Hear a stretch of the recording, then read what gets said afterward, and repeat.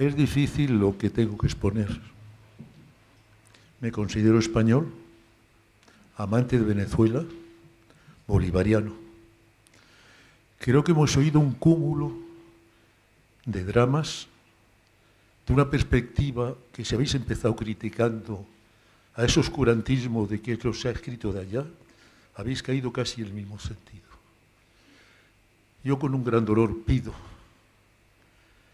que demos un paso adelante, que tengamos la altura de miras, porque yo pregunto, esa masacre, ¿cómo es compatible con el mestizaje? Con esta raza triétnica de lo ibérico, de los nativos, de África, que somos un símbolo creciente en la globalización del mundo. Si nos amparamos en todo ese pasado, creo exagerado, porque esa dramatización que ha hecho el segundo ponente, de esas conversaciones, ¿en qué idioma se hablaban? Es que no hicieron nada. Bueno, los españoles, ese juego que utiliza de una vez es hablar de españoles y otra de castellano, tampoco es válido. Yo tenía que haberme ido ya, porque tenía un compromiso, pero no he podido callarme con emoción del olor de que indudablemente se hicieron barbaridades, pero que se fue solo por el oro, que esa ironía. Yo recomendaría que estudiarais a fondo una cosa importante que se puso en España, y fue la romanización de los iberos. Numancia fue un sitio de resistencia tan grande y tan importante como todos los indios americanos. Pero en cambio la romanización se fue imponiendo. Y yo creo que dudar, no proteger, no amar ese mestizaje, nos hace mucho daño a todos. Pido perdón porque no haya podido callarme, pero creo que mi nobleza y mi amor por Venezuela y como bolivariano me han obligado a esto. Yo os doy un fuerte abrazo y desearía que reconsideráramos un poco esto mirando el futuro, porque la historia no es solo la memoria de una población, es la ilusión y el proyecto de un futuro, y más en estos tiempos que estamos tan necesitados, que sois la luz, porque tenía razón Colón. España tiene que ir a Asia a través de América. Ese grupo del Pacífico que se ha creado es nuestra posibilidad. Nosotros no pensamos en los pobres indios americanos. Pensamos y necesitamos las inversiones económicas vuestras. Es que en estos 5 siglos no hemos tenido nada. Es que la literatura, el barroco iberoamericano no existe. Perdonadme mi atrevimiento, pero por honradez no podía permanecer callado. Muchas gracias. Yo creo que es muy pertinente esto, porque no solamente nosotros estamos en función de rescatar esa historia que no tiene divulgación, no es totalmente conocida, no tiene espacios para denunciarlo, no hay comprensión de ella. Y yo conozco muchos colegas, historiadores, que dicen, bueno, pero ok, fueron mis padres y mis antecesores los que estuvieron en la conquista, yo no. Algo así como desligándose de aquello. Evidentemente, este mestizaje, ¿verdad?, es lo que ha permitido que esta cultura americana, hispanoamericana, venezolana, colombiana, etcétera, es lo que fortalece en la esencia de cada uno de los ciudadanos.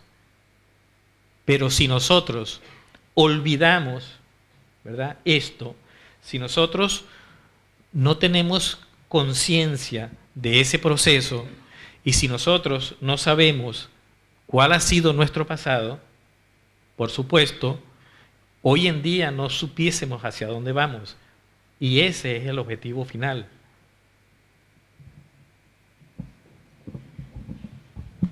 Bueno, estoy completamente de acuerdo con lo que decía el profesor, le agradezco su intervención. El mestizaje es una consecuencia, no es una finalidad. Es decir, al mestizaje se llega después de una matanza. Entonces, que el mestizaje tenga aspectos positivos me parece perfecto y todos lo reconocemos y todos queremos a Venezuela y los tiene.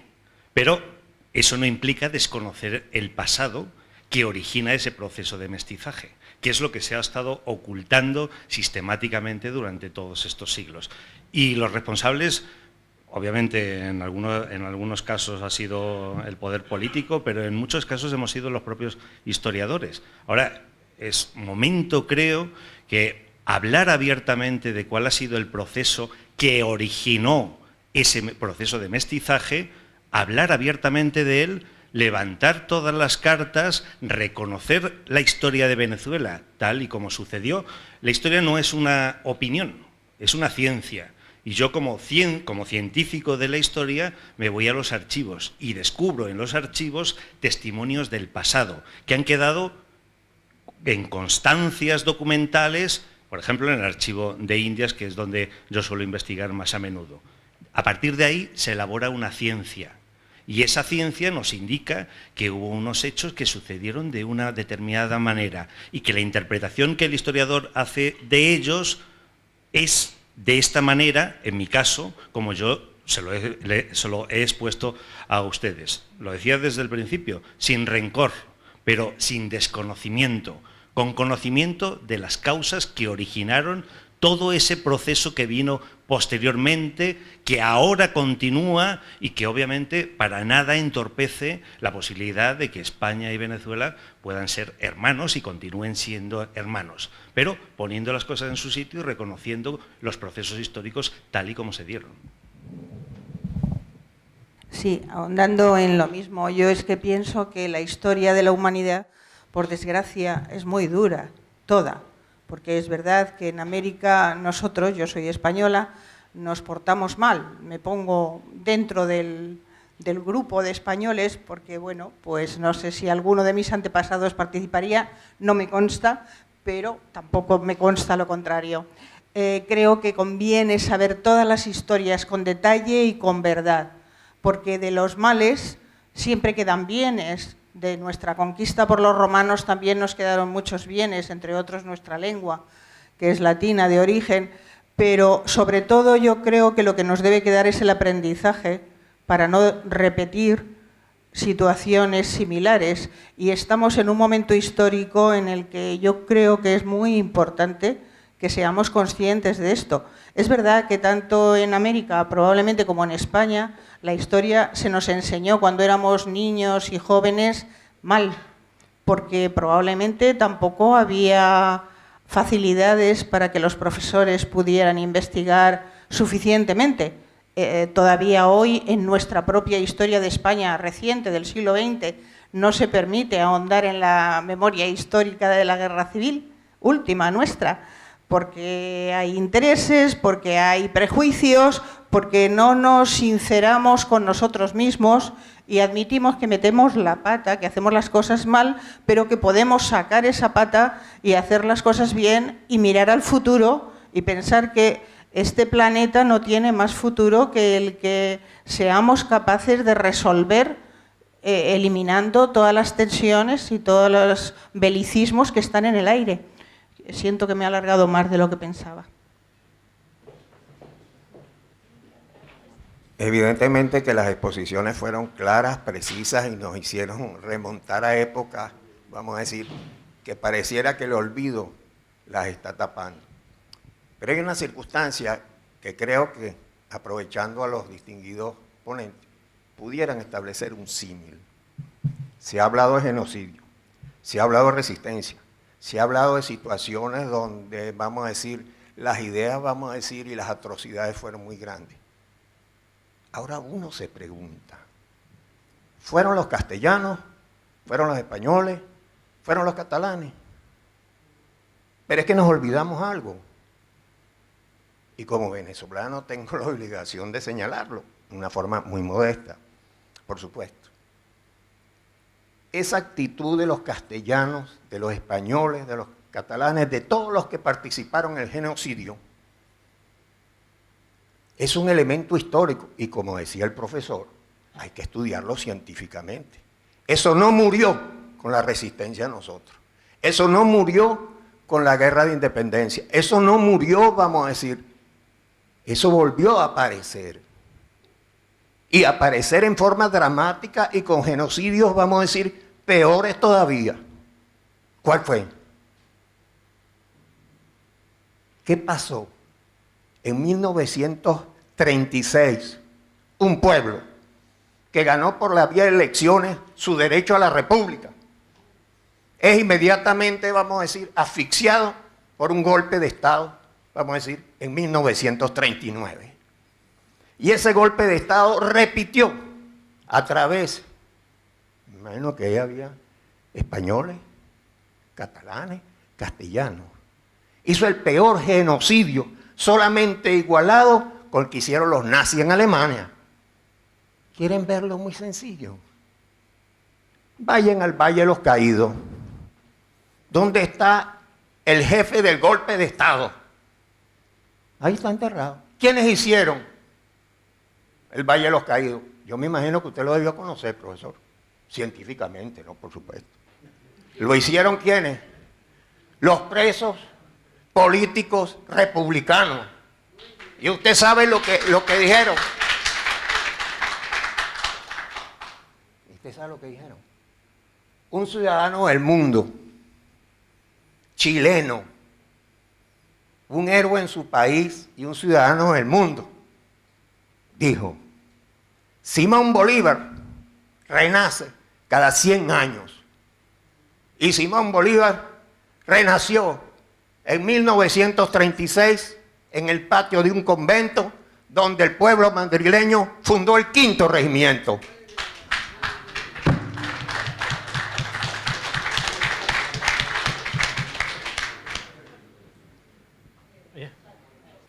Soy chileno, por los 5 costados. Mestizo de español con mapuche.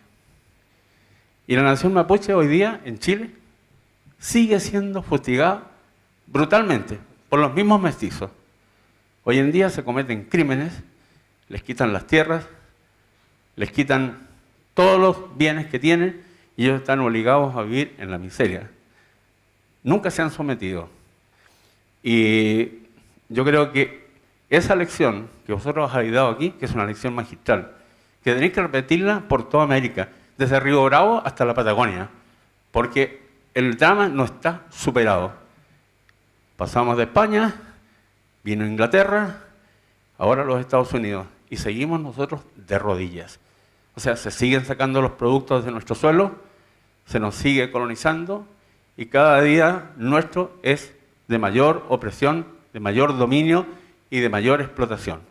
Eso, compañeros, es la gran tarea que señaló desde Bolívar hasta el comandante Chávez. Y eso hay que cambiarlo. Pero mire, se pudiese extender el año 36, el año 48 en Venezuela, el año 58, el Caracazo, la masacre del Caracazo, eso es incomprensible. Yo sí estoy de acuerdo, ¿verdad?, en que esto debería tener una amplia divulgación por América, porque estas son cosas que conspiran, cosas que encienden, y eso no es conveniente.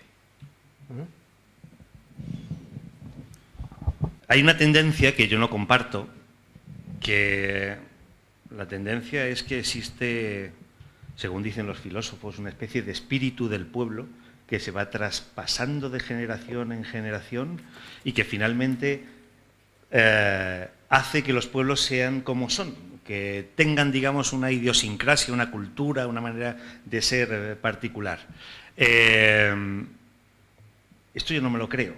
De pronto, a lo mejor, algún alemán wagneriano, hitleriano, crea esto que era realmente un discurso filosófico hegeliano, esto del espíritu del pueblo que va pasando de uno a otro. Yo esto lo traigo a colación porque yo no me considero que tenga absolutamente nada que ver con los castellanos que estuvieron en la Venezuela en 1560 y tantos. Absolutamente nada que ver. Si uno se fija en mí, lo decía el compañero chileno, con esta nariz que yo tengo y apellidadme Cuño Bonito, descendiente seguro de judíos. E incluso siendo descendiente de judíos, yo no me declaro enemigo acérrimo de los palestinos, ni muchísimo menos, todo lo contrario. Es decir, que la composición de uno nace de la ideología de uno de ese momento y no tiene absolutamente nada que ver con el pasado histórico al que uno haga referencia, con el pasado histórico que, bajo una cuestión puramente nacionalista, quiera la élite dominante, digamos, quiera emparentarle con ese pasado histórico. Yo no me considero de ninguna de las maneras, no considero que tenga ninguna vinculación con esa caterva de asesinos que estuvieron por allá. Y respecto al compañero chileno, por supuesto, estoy completamente de acuerdo con lo que manifestaba. Es más, si él recuerda, además, si algo poco, digamos, malo tuvo la dominación de la corona castellana sobre los territorios americanos, fue que al menos tuvo una protección, al menos simbólica, sobre los indios, sobre los derechos de los indígenas a la posesión de sus tierras, fundamentalmente para asegurarse la tributación, ¿no?, de esas comunidades indígenas para la corona. Tenemos aquí a uno de los grandes expertos latinoamericanos en tributación indígena. Pero el ataque verdaderamente a las tierras indias, eso que la historiografía ha conocido como el asalto a las tierras indias, no se produce en la época colonial, sino que se produce en la construcción de los estados nacionales.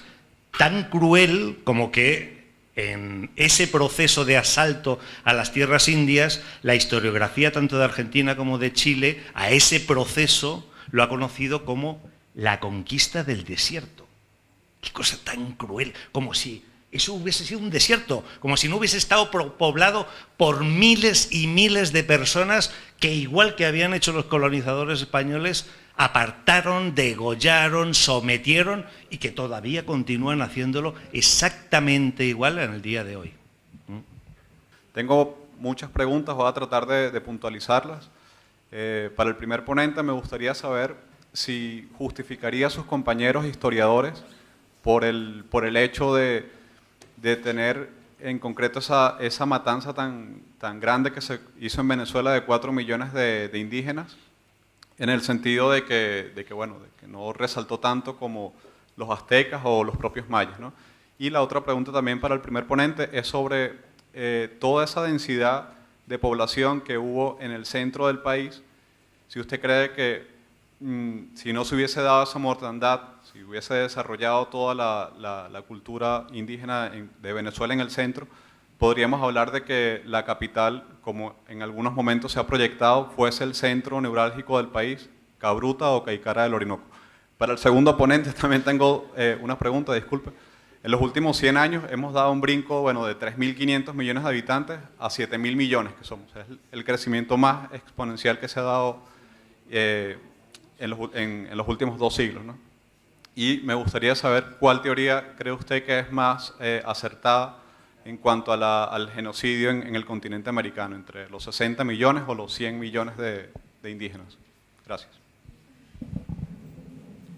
Mira, independientemente si se justifica o no, esa fue una práctica, ¿verdad?, que se desarrolló sobre la base de un proyecto de dominación, ¿verdad? La cuestión no es justificarla. La historia está allí, se ha ocultado intencionalmente y de lo que se trata es develarla, reconstruirla sobre la base de los documentos y, por lo general, escapa a los historiadores a hacer conjeturas. Todo está en función de rescatar esa historia y ponerla en conocimiento del pueblo. Eso es lo fundamental y esa es parte de nuestro oficio. O sea, nosotros no estamos aquí en función de cuestionar ningún historiador, porque esa es un criterio, una concepción ideológica de cómo ver el proceso y el desarrollo de la historia, cómo se reconstruye esa historia y en función de qué intereses se reconstruye esa historia. Y eso es lo importante. Hasta ahora hemos tenido una historia que ha ocultado y ha invisibilizado esos procesos. Lo importante, lo significativo ahora es tratar de divulgar estas cosas para que el pueblo tenga conocimiento de cuál ha sido su pasado histórico. Con respecto a la pregunta de los 60 o 100 millones, pues la verdad, hay estudios para todo tipo. Seguramente los que más concuerdan, los especialistas que más han coincidido en cuanto a fechas, lo cifran más o menos en 100 millones de vidas que fueron masacradas en ese intervalo de aproximadamente unos 130 años. Bueno, que fue malo, obviamente, para los indígenas, pero incluso también fue especialmente malo, además, para la población negra, porque ese obviamente fue el origen, además de la trata esclavista. Así que parece ser que por ahí andan las cifras.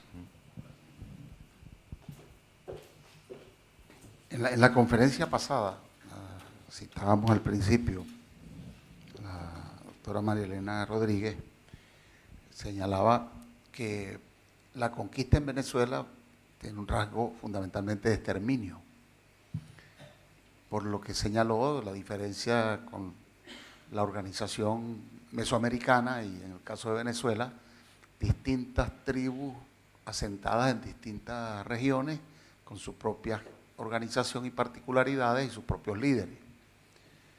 Y se resistieron cada uno en zonas distintas, aunque algunos alrededor de Guaycaipuro, después de ciertos acontecimientos, se confederaron. Y eso, cuando se revisa el mestizaje y los rasgos de los venezolanos versus los rasgos de los ecuatorianos o los bolivianos, hay una evidente diferencia. Y las etnias que sobrevivieron fundamentalmente fueron las que se replegaron finalmente en resistencia hacia los sitios más inhóspitos, hacia el delta del Orinoco y en zonas cercanas como y hacia la Guayana, etcétera, los Pemones y los Yanomami, y en el occidente del país la etnia mayoritaria actual, que son los guayú o los guajiros, que quedan en lo que es toda la Guajira que compartimos Venezuela y Colombia en el occidente, allá donde dice Zulia, la parte que está no en lila claro, sino ya en marrón, es Colombia, pero esa zona que está allí es la Guajira, la franja que las divide, que alguna vez fue una sola zona, y los aborígenes ahí todavía no entienden mucho de frontera. El comercio para ellos es comercio y el contrabando es comercio, ¿no? Para ellos, y casi todos tienen doble nacionalidad además. Pero los guayú por aquí, en la sierra de Perijá, los yucpas, que también son zonas, eran muy difíciles de acceder para exterminarlos, ¿no? Eso ocurrió. A mí me complace cuando Cuño toma mano de las elegías de varones de India, porque sin haberse reunido él y la profesora Rodríguez, lo asumen por lo siguiente, que es muy cruenta la narrativa, porque fue muy cruenta la realidad. Pero algo que nos señalaba la profesora es que es el único que vivió lo que estaba narrando. El resto de los historiadores lo hacen a posteriori, reconstruyendo relatos o algunas evidencias, pero no la vivencia. Este testimonio es el más cruento, pero es el testimonio de alguien que lo vivió, que estaba allí. Y realmente fue muy cruento, fue muy cruel, ¿no? Y lamentable. Como decía la señora, la compañera que intervino, debemos aprenderlo para que nunca se repita, ¿no? Porque si lo vemos en Estados Unidos, la conquista del oeste, uno de los últimos asesinados fue Toro Sentado, ya sin posibilidad de rebelión ninguna. Y Palestina es otro ejemplo, ¿no? Lo que hicieron los nazis, ¿no?, contra el pueblo judío y lo que los sionistas, no el pueblo judío, hace contra los palestinos. Y hay brotes todavía de racismo, el asesinato de los jóvenes negros, todavía a esta altura en Estados Unidos, después de tantos años de muerto Luther King, ya recién murió Mandela. Nos recordaba el vicecanciller venezolano, una pasantía que estuvo aquí en Venezuela, que Mandela estuvo en la lista de terroristas por los Estados Unidos hasta 12 años después de haber recibido el Premio Nobel de la Paz. Entonces, todavía hay un conjunto de cosas que discutir, no por la venganza. ¿Y el caso de Arafat? El caso de Arafat, no por la venganza. Venezuela es un pueblo que no vive de la venganza. En nuestra Constitución se plasman los derechos de los pueblos indígenas, pero se plantea que el territorio de Venezuela es un territorio de paz. No se construyen bases militares extranjeras, no salen nuestras Fuerzas Armadas a invadir a nadie, están hechas para preservar soberanía, no para la venganza. De modo que todo esto es importante saberlo, y yo decía al principio, ¿quiénes vinieron? Porque no vinieron los jóvenes castellanos, estudiantes de la Universidad Complutense de Madrid o de las universidades prestigiosas. No, la gente que fue no era gente culta, eran hidalgos, no eran los herederos de los títulos nobiliarios, eran los segundos o menos. La época coincide en buena medida con la lucha de la Reconquista, el sentido evangelizador de un conjunto de hombres que se sentían predestinados para transmitir como continuación de la cruzada, el imponer una religión, ¿no?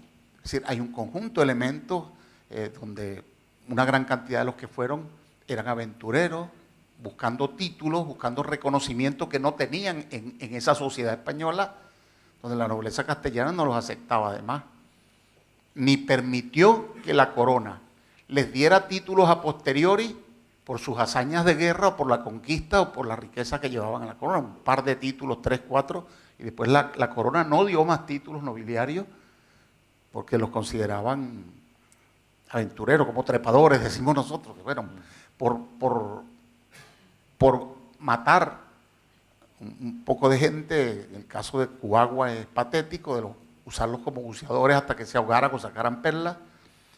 Bueno, de modo que esa es parte de la historia, una historia muy cruenta, pero hay un pueblo español que tiene otras historias posteriores y yo creo que la mayoría del pueblo español, por ejemplo, es solidario con Palestina. Yo lo percibo en la calle y en los actos a los que voy.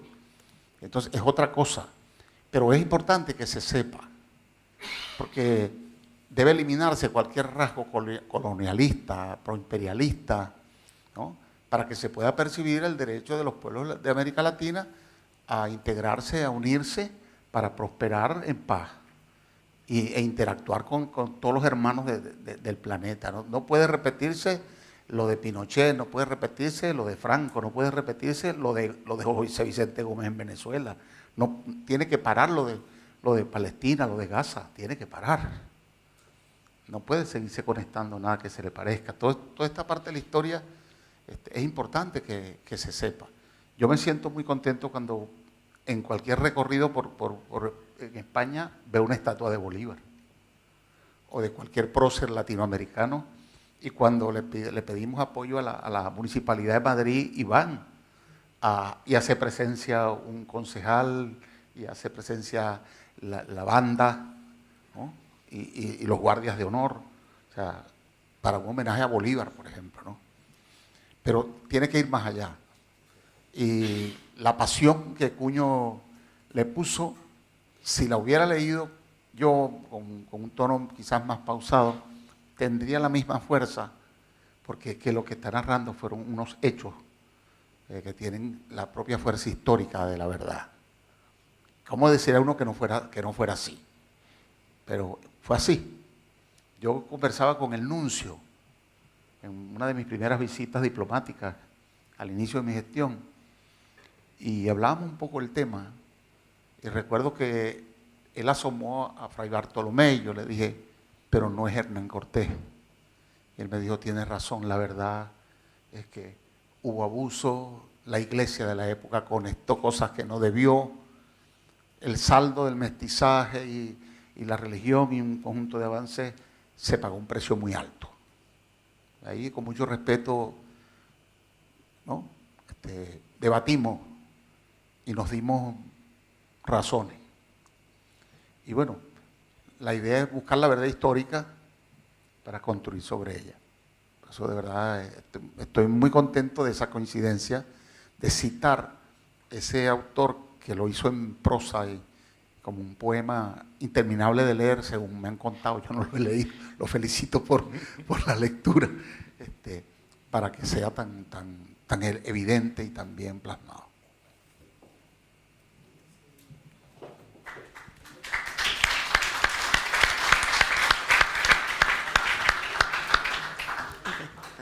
Gracias. Disculpe, para mí portuñol pobre. Por ejemplo, España y Portugal hoy, no España y Portugal del pasado. Este tipo de colonialismo es parte del pasado hoy. Y como el embajador habla sobre hoy, Simón Bolívar, un lugar muy importante, nosotros conmemoramos defensor de América Latina y liberar América Latina en la presencia de oficiales españoles. Y nosotros tenemos otro tipo de colonialismo indirecto. Por ejemplo, Somoza en Cuba, y en Nicaragua, y Pinochet en Chile. Él trabajó en nombre de colonialismo grande y masacre del pueblo chileno y el pueblo nicaragüense también. También es parte del pasado. Nosotros, nuestro responde para ellos, para más democracia, más progresista y más igualdad. Dos descensos de víctimas del pasado, hoy igual, con amigos españoles de hoy, con amigos de todo el mundo, y trabajo con todos pueblos bajo de ocupación y apoyo a pueblos bajo de ocupación, como pueblo palestino hoy recibió el más noble, más fuerte apoyo de América Latina de víctimas del pasado. Hoy él defendió los derechos del pueblo, sufrió de la ocupación de nuevo colonialismo. Gracias del pueblo de América Latina para esta determinación para libertad y para igualdad y para hoy la América Latina un continente democrático, un continente progresista, un continente diferente del pasado. Muchas gracias.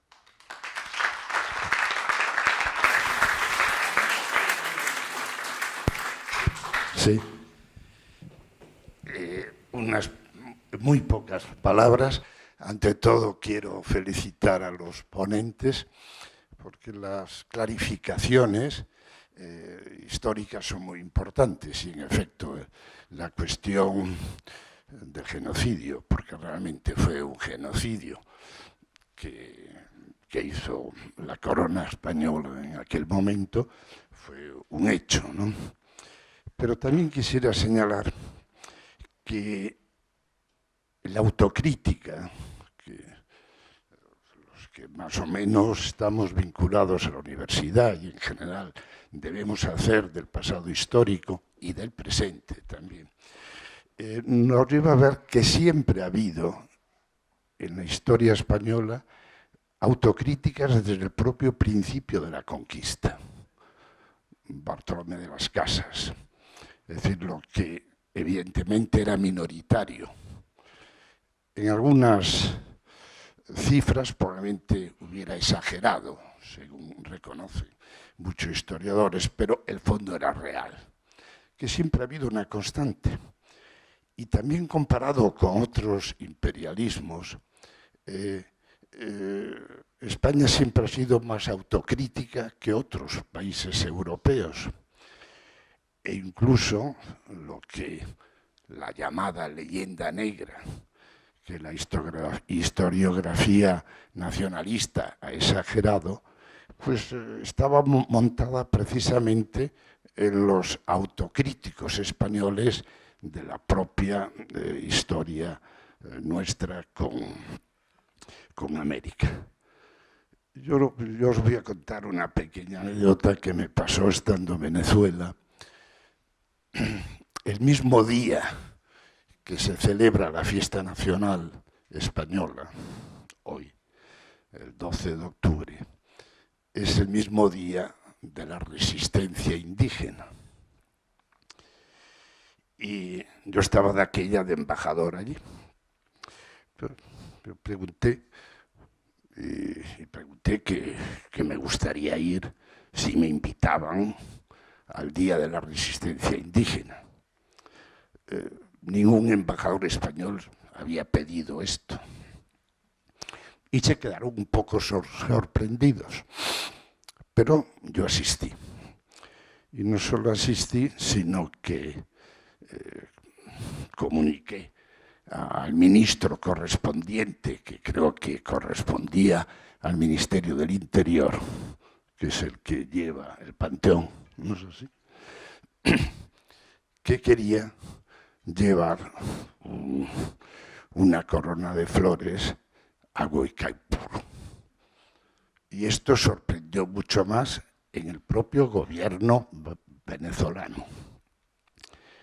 Y el ministro tenía relación fluida con él, amigo, que era Jesse Chacón, creo recordar, Jesse Chacón. Pues faltaban ya 2 días y le decía, oye, ¿me autorizas o no a llevar la corona? Porque voy allí, siempre hay algún fotógrafo que lleva la embajada para justificar los gastos de la corona ante el ministerio, como corresponde a la burocracia. Pues dime qué hay. Yo voy a consultar. Bueno, ya te diré, no me dijo consultar, interpreté yo. Y en efecto me llamó el día anterior y me dijo, sí, encantado. Y en efecto fue la primera vez que se puso por parte de España, en cuanto yo representaba modestamente allí a España, una corona a Guaicaipuro, porque era un reconocimiento que había que hacer. Y yo mantuve el mismo día la fiesta nacional, yendo por la mañana a la fiesta de la resistencia indígena y dando la fiesta que me correspondía como españoles. ¿Qué conclusión es esta? Que la clarificación es necesaria y obligada. Una develación histórica debe ser real. Pero al mismo tiempo tenemos que tener en cuenta el futuro y el presente. Y esto no es incompatible en la denuncia para reconocer que todos los pueblos somos resultado de una serie de un proceso histórico. Y América, Venezuela en este caso, pues son resultado de un proceso de una capitanía general que se independiza con todas las contradicciones y en donde el elemento español, que no es único, en este momento italianos y portugueses tienen el mismo número de nacionales que nosotros, es decir, que ya se convierte en algo mucho más global. Nada más contar a Guaicaipuro, que se considera también, o lo consideramos, porque ha habido en España muchos otros mártires, se considera también que forma parte de nuestra cultura. Muchas gracias. Gracias, embajador.